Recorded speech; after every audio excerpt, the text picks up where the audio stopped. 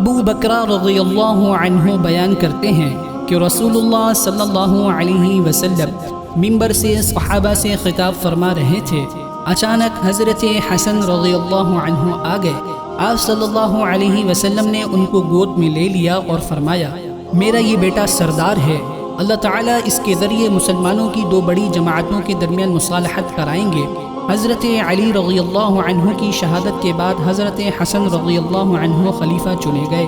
اور آپ رضی اللہ عنہ نے مسلمانوں کے درمیان خون ریزی روکنے کے لیے حضرت معاویہ رضی اللہ عنہ کے ہاتھ پر بیعت کی اور خلافت سے دستبردار ہو گئے، اور آپ صلی اللہ علیہ وسلم کی پیشن گوئی اس طرح پوری ہو گئی۔